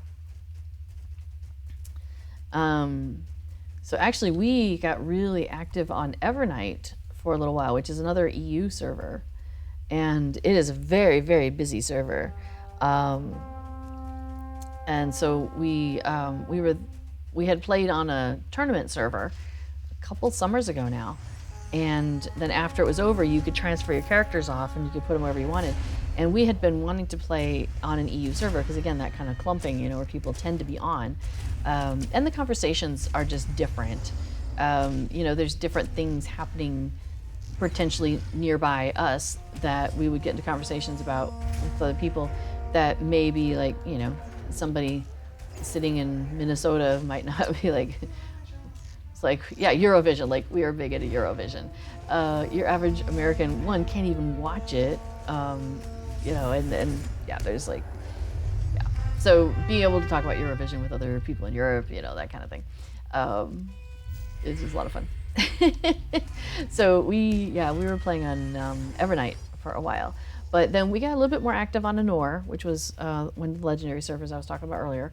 And we were definitely enjoying that. And then a year ago when Treebeard and Shadowfax opened, and we were like, man, that just sounds like it fits us perfectly, the Treebeard experience specifically. So we kind of stopped. Our intention was to still be a little bit active on Anor maybe, but our lives have also gotten really busy because with living in the Netherlands, we are trying to integrate a little bit more. And so we're taking Dutch language classes. and they are busy. We have a lot of work to do for those classes. In fact, when I'm done streaming here in about half hour or so, Before is going to be streaming and doing talking about plugins here in Lotro, and he'll be doing some plugin development on screen and talking about plugins and answering any other questions too, of course. So while that is happening, I will be taking some time to probably be working on some of my Dutch homework. So it's definitely keeping us very busy. So we haven't been able to keep up with playing on multiple servers very well. Like, we could pretty much stick to one server, but beyond that, it's a bit much. So, yeah. So we're pretty much on Treebeard at this point. Victory is ours this I assume day. we're ready to go here. Baruch Kazan! Oh, and this is like a 6-person, isn't it? I just realized this is a 6-person instance. It's 1, 2, 3. Oh, 1, 2, 3, or 6. Okay, cool. It's very flexible. I did not know that. There we go. Because we often do this on Saturdays. We have a group that gets together on Saturdays, and we'll do like this instance and a handful of others, because some of us are definitely wanting to get that legendary item experience on our bar. You know, get all the goodies. Now, after was running some night without me and got a bunch of LI experience, so Affidel already has the stuff. No, I'm still on box 71. Box 71. Yeah, I'm at like, what did I show you earlier? Like 20 something. I've made it past 25. I'm like at 28 or whatever. Yeah, I'm only 50 bucks. Yeah, 50 boxes ahead of me. Whatever. It's a few. I don't have the donkey yet. You don't have the donkey yet. The donkey is at 100, right? Yeah. So there's a cosmetic pet that you can get at 100 this time. And that's a donkey that has a bunch of carrying stuff. And at 50, you get the Dance 3, the mythical Dance Hobbit 3. At 75, oh, you get Azog's sword, a cosmetic weapon. And at 25, you get a housing item, which is the Banner of Gilgalad, which some people are like super excited about because they've been wanting the Banner of Gilgalad since like they started playing. So that's really cool for the people who've been very excited about that. I am not real big on banners, but I don't play with what is it? The captain who has a banner carrier running around with them. Yeah, so I'm not as yeah, I just don't use banners as much. So, but I think it'll be we'll definitely put it up in the kin house. So at least one of them. Yes, one of them is. Oh, did you already put it up in the kin house? Yeah. Okay, so we have one in the kin house already. So that's cool. Oh, yeah. Yeah. We got to go back to Willie for further instructions. Or Wheelie. Oh, Willie. Willie, Willie. I'll just follow you back down this hallway. Let's see. So this area that we're doing is, if you remember in Lord of the Rings, the part where they end up fighting their way and they get pushed further and further back, and it's discovered that they end up the people before them ended up kind of cornered, and they're like, we cannot get out. That is this area. This is the Chamber of Marzabal. So that's kind of exciting. I'm just gonna drop a bunch of banners. What? Now I can pick up the extras. Or not, that's cool. Put more banners down. Whoa. Put them all down. Oops, I moved. Can't do that while you're moving. Yes, I know, I forgot. Thanks. Okay, so now I'll drop another one and another one. These banners give you a benefit, like more resistance, or slows the other guy down, or let's see what we've got on him. Oh, he's dead. Doesn't matter. We put stuff out. It helped us. It hurt him. That's all that matters. He is easier with that. All right, well, I think that's it in here. All right. Yeah, so about, if I'm not mistaken, I'll be streaming for about another 20 minutes here. So if you have any questions or there's anything you want to talk about, now is a great time to bring that up. Just notice that Rear Willow the bear is running around with a little brown bear. That's so cute. That was very cute. And the hobbits are running around with chickens and chipmunks. It's light role playing over here. You want to try the halls of crafting? Halls of Crafting. Yeah, we could give that a try. There's a lot of good LI experience to be had there, right? I think we recall this was a good one for getting a lot of stuff. So, and it's a 6-person instance, but with 3 we've been able to do it because I think it's a level 50, right? Instance or 55 or something like that. 58. Like it's 58. Oh, okay. Yeah. All right. So, It came in with the engines of Lothar. oh, I should probably nom some foods here real quick.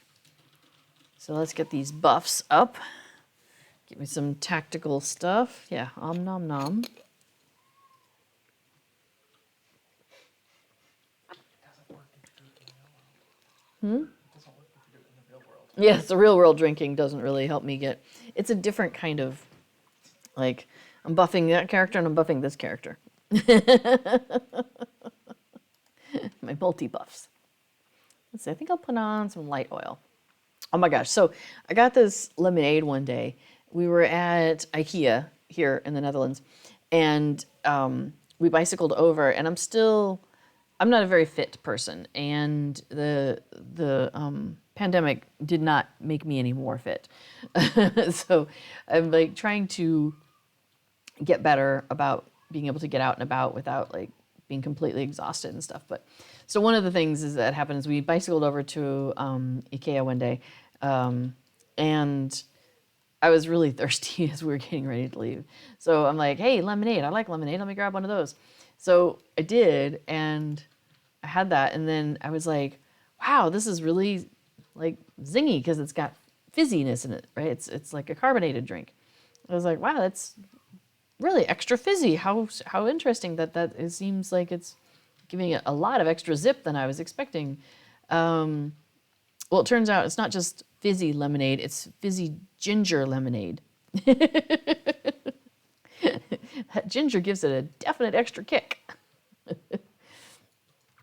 But I really like it, so I keep getting it. So instead of drinking like soda, most of the time, I don't drink soda much at all. I have ginger ale sometimes, but yeah, so I drink these sometimes. I'm like, I would like a sugary drink, or I'll have a cup of tea with like some honey. I do that pretty regularly.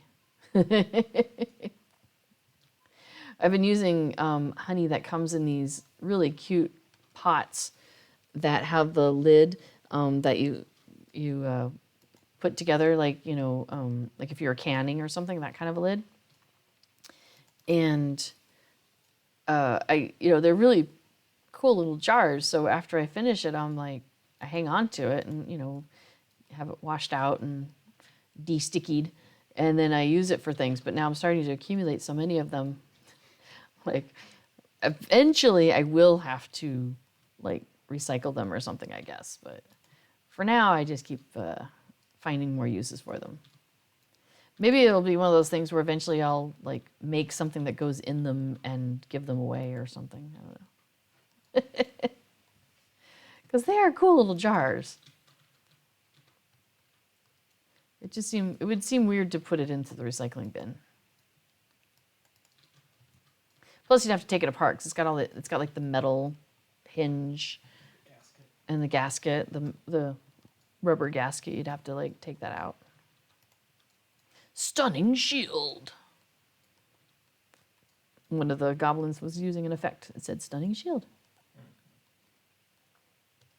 Oh yeah, did that name of the thing? What was it? Not Blindside. Eldarin Arrow. It still says that. Maybe it's based on your stance. I don't Are know. you an elven stance? Am I an elven stance? Right? It says through your knowledge of elvish or dwarf virtues, your arrow causes light damage over time and slightly slows movement speed. Maybe it's because I have the light damage on? No. Yeah, I don't know. Sounds like the wiki's in order. Yeah, right. I have to check out the wiki at some point. So if you aren't familiar with it, the Lotro wiki is a great trove of information. It's managed. It's a fan managed database, and thanks before. Yeah, lotrowiki.com, lotro-wiki.com. Yeah, and it's fan organized, fan run, all of that. But it's so useful. It's like anytime you have questions about like, where does this quest come from? Or I saw this weapon and I want to know more information. Or why am I having trouble with this quest? Give me some more information. The Lotra Wiki has a lot of, where Willow's going down really fast. By the way. Okay, now she's doing better. Sweet. She seems fine. I mentioned that because, we have a healer. Although bears have like these amazing healing things that she can just like drop down this. Now I'm not sure what stance it's in. I don't remember bear play. I have a bear, but I haven't played him much. But yeah, you have this ability to like drop down this area effect of healing. It's like all these cool little vine tendrils are hanging around. Oh, the ranged room. Okay. So this room is full of a lot of ranged goblins. So, for example, Weir Willow will go and round up as many as she can, and then we all do our area effect stuff, and she does her area effect bear stuff, and it's really awesome. But there's a lot of ranged guys in here, and they do not group up. So we have to take them out one at a time, and you got to be careful because they will take you out. So Affadil has tried to come in and solo this just to see, and this is the room that is the most difficult to solo. Yeah, As a minstrel. as a minstrel, As a squishy minstrel. as a squishy minstrel, as he says. Indeed. Oh, next week, it is possible that I will not be streaming. I would say it's probable that I won't be streaming. So next Monday is a holiday here in the Netherlands. There's a lot of like religious holidays or religiously named days that are given as holidays here. So it's Pinkstrom, Pinsterdag, Or Ascension Day. Ascension. It's Ascension Day. So that's happening next Monday. So we have Monday's a holiday, which we did not have Dutch class scheduled on Monday then. But because our classes are Monday, Wednesday, they used to be Tuesday, Thursday, but we're in a new session and it's now Monday, Wednesdays in the morning. So usually our classes are Monday, Wednesday, so it doesn't impact us on Tuesdays. It's lovely, except for the amount of homework that is required between Monday and Wednesday, but that's a separate thing. Anyway, because next Monday is a holiday, there's no class. So they, like a week ago, suggested that we have our Monday class on Tuesday instead, but Tuesday afternoon.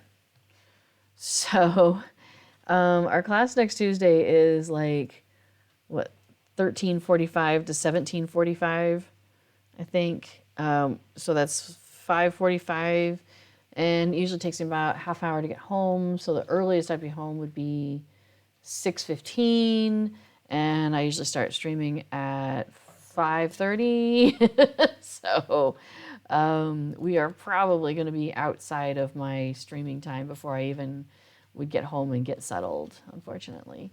So I don't think the timing is going to work out for me to be able to stream next week. Now, B4 might still stream. I'm not sure. We haven't really actually talked about that yet. I mean, it's really up to you if you want to stream on your. your normal time. But yeah, so I probably will not be able to stream next Tuesday. But there's no festival going on next Tuesday, right? I mean, Hobnanigans might be on. No, I think it ends at 3 o'clock in the morning before that. So, yeah, so it's not like we're going to miss any festival stuff. So it would be another day of like going through dungeons, looking for legendary item experience, having a chat, having some coffee, having some ginger lemonade, you know, the usual.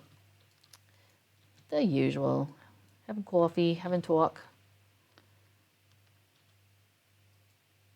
So just to give you a heads up that I probably will miss my stream next week. One of these days, and I think we should do it together. I think Before and I should have like both of us on headsets and stream together and do it all in Dutch. I think we should have a Dutch stream I day. was with you until you got to the end. He says, I was with you until you got to the end. Well, I think we also would want to like grab some of the other Dutch folks that we know who play Lotro and make sure they're going to be in the chat so they can help keep us on track. It seems like less compelling content for anyone who doesn't speak Dutch. Less compelling content if you don't speak Dutch. Maybe it would be a special stream. Maybe we'd just do it like, oh, you know, we could have done it on the King's birthday. That was back in April? Yeah, I think it was April. Aprilish, Yeah, we'll have to pick a day. I think we should pick like a Dutch holiday and do like a special Dutch only stream. I think that'd be hilarious. It'll be hilarious for Dutch people, especially because they'll be like, wow, your accent's not, you know, needing some work there. But, or, because, okay, so when you're learning a language, like figuring out where to put the words is sometimes the hardest part, right? Because it's just sentence construction, it varies. And so I'm never like giving anybody stick about when they're speaking English, and if they get things in the wrong order, I'm like, I understand you, we're good, you know, because where to put the verbs, where to put things. Like I just learned the other day that if I want to say like, you know, I'm also going to the store. In Dutch, you would keep the I and the going part, like the subject and the verb, these would stay together, and then the also would come like after that.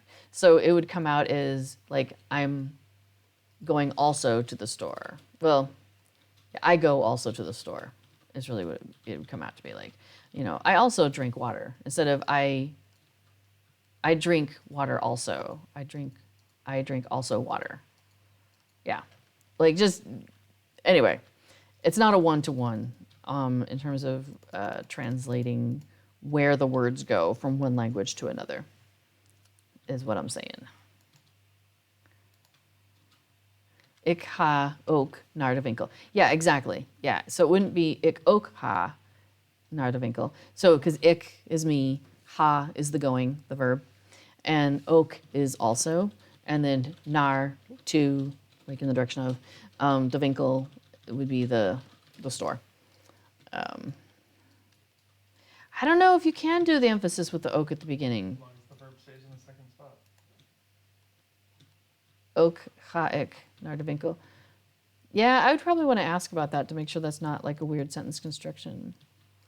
I mean, maybe. With intent. You say it with intent, it's fine. Because the verb always is in the second position. So, It's not. well, okay, unless it's not. But generally it's in the second position. So if you're like, today, oh, well, okay, I've got a time word here. So today gets to come first, which means the verb comes second. So like today, go I. Okay, tell me when. You ready? You ready? You ready? Okay.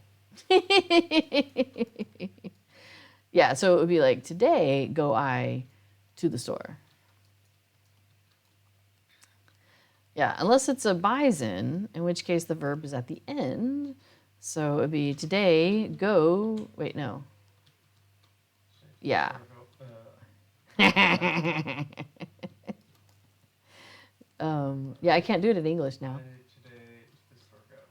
I Okay, yeah, sure. I today to the store go. Yeah, sure. This is why doing an all Dutch stream, I think it would be fun and entertaining, and why I think before is like, I don't know about this business. Because yeah, we'd probably end up spending like over half the stream talking with the Dutch people in the chat about how to put together a sentence properly, which would be of only interest to a subset of people. I agree, but I still think it'd be fun, and it would be good exercise for us.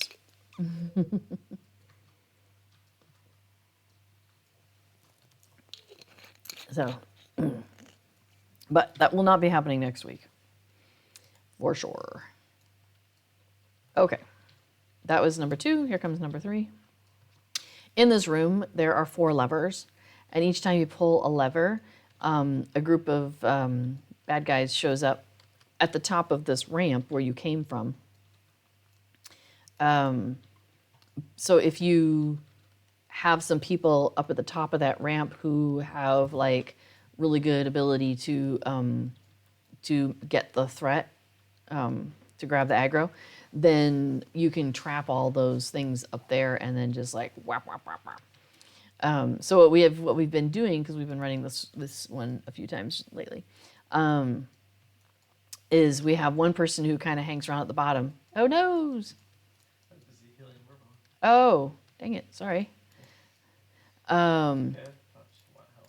Yeah, somebody who hangs out at the bottom and pulls the levers, and the folks at the top are grabbing the aggro, and then we all beat them down. That was an example of how that didn't happen. You know, it's good to show things on stream, right? All the varieties of what can happen.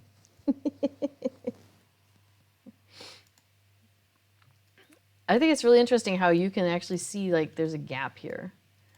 You can't go down there, I don't think. I think I tried to fall down there before. I'm not going to try it now, just in case I do fall down there, because that'd be a bummer. I don't really want to do that.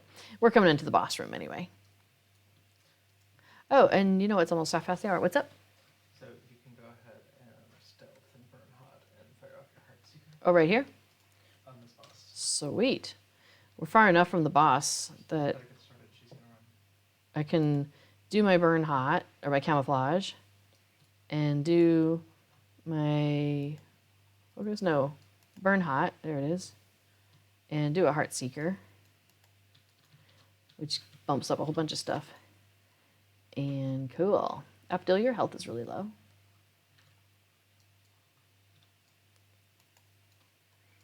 Anyway, I did some extra damage, is what we were trying to do there. I was nowhere near him, and he's got me down half health. What is it? He must have some sort of a range thing he does. Anyway, he's gone. The challenge. And we did the challenge. Yay, challenge. Oh, whoops, I didn't mean to roll on some of those things. No.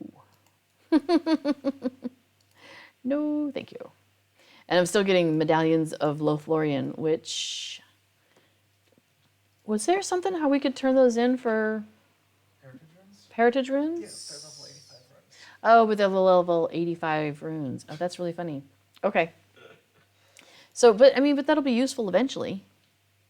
I mean, not anytime in the next year, but Dutch citizen venom. yeah, that'd be cool. Sorry, he said you'd be a Dutch citizen by then. So, we're looking into it, but our understanding is that you have to have lived in the Netherlands for 5 years before you can apply to be a Dutch citizen. And in order to become a Dutch citizen, there are like 5 different things you must do, 5 different tests basically that you have to take. And it's all in Dutch. But basically, you know, can you answer questions? You know, can you, yeah, just there's some listening, there's some writing, there's some reading, there's different things. And so that's, we might be able to do some of that testing portion before the 5 years and then not be able to put in the paperwork until 5 years, but have all the stuff ready to go with it. So that's a possibility. So we've been talking about that recently. So, well, it is 1/2 the hour. So I have been streaming for 2 hours already, and the sun has gone behind some clouds, I think. actually. Because I expect if we move the curtains, all of a sudden it'd be a blinding light over in Before's face. So what's that? That'd be sad. That would be sad. He does not like the sun anywhere near as much as I do, I think. Inside. He likes the sun outside. He goes out there and is in the sun regularly. Whereas I'm like, no, the day star, it burns us. Well, it kind of does because I'm redheaded and I do burn very easily, actually. Whereas inside, I'm like, open all the curtains and I lay in the sun in front of the window and just like, I'm like a cat. Like, and the sun is so good. So, so it's kind of funny. That's our different ways. Okay, so I think that I'm going to go ahead and call it here pretty soon. So if there's any last minute things you wanted to ask about or talk about in the chat, now's the time to do it. And otherwise, I am going to prepare to sign off. Which Halls of Crafting, we just did that one. Okay, so I can close that. So we'll have probably like a 5-minute break or so. Is that about right? Yeah.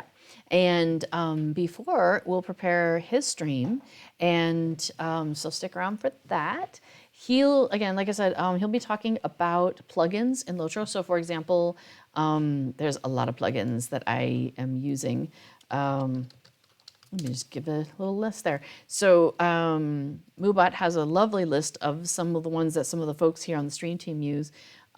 Deed Tracker is fantastic, and Before created that, and I love it. And it shows you all the deeds in the game, including hidden deeds. So you can really get a good idea of how close you are to finishing deeds if you are a deed completionist, like some of us are, in the different areas and overall and all that sort of stuff. So that's really cool.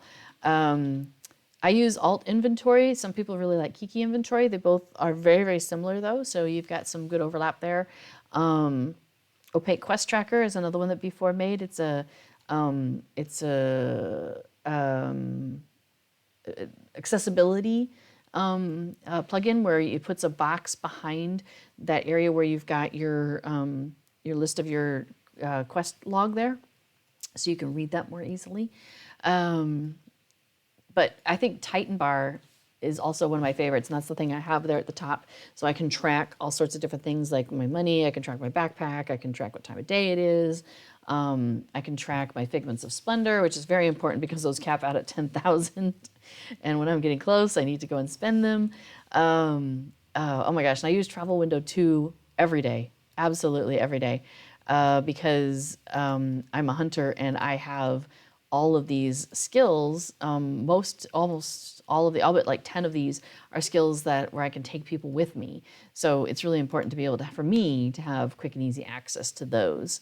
So yeah, so there's a lot of really cool plugins. Now, obviously you don't have to play Lotro with plugins. You absolutely don't have to. Like, you can play it completely vanilla. There's lots of people who do. I really like all the little extra bits and bobs and stuff. You know, I like all the little things. It's kind of like how some people like bedazzle things. I add plugins. I guess that's kind of my version of that. Plus, I like the usability. Like, the data is there, and people who make plugins grab that data for me and give it to me in a way that is easy for me to use, and I really appreciate that. So Before is going to be talking about plugins and showing you how a little behind the scenes stuff. Basically, he'll be working on something. What are you working on today? Minstrel Buff plugin. So, okay, so there are some plugins that are very class specific, and so the Minstrel Buff plugin is very class specific for minstrels, and it helps you keep track of the buffs that you have going.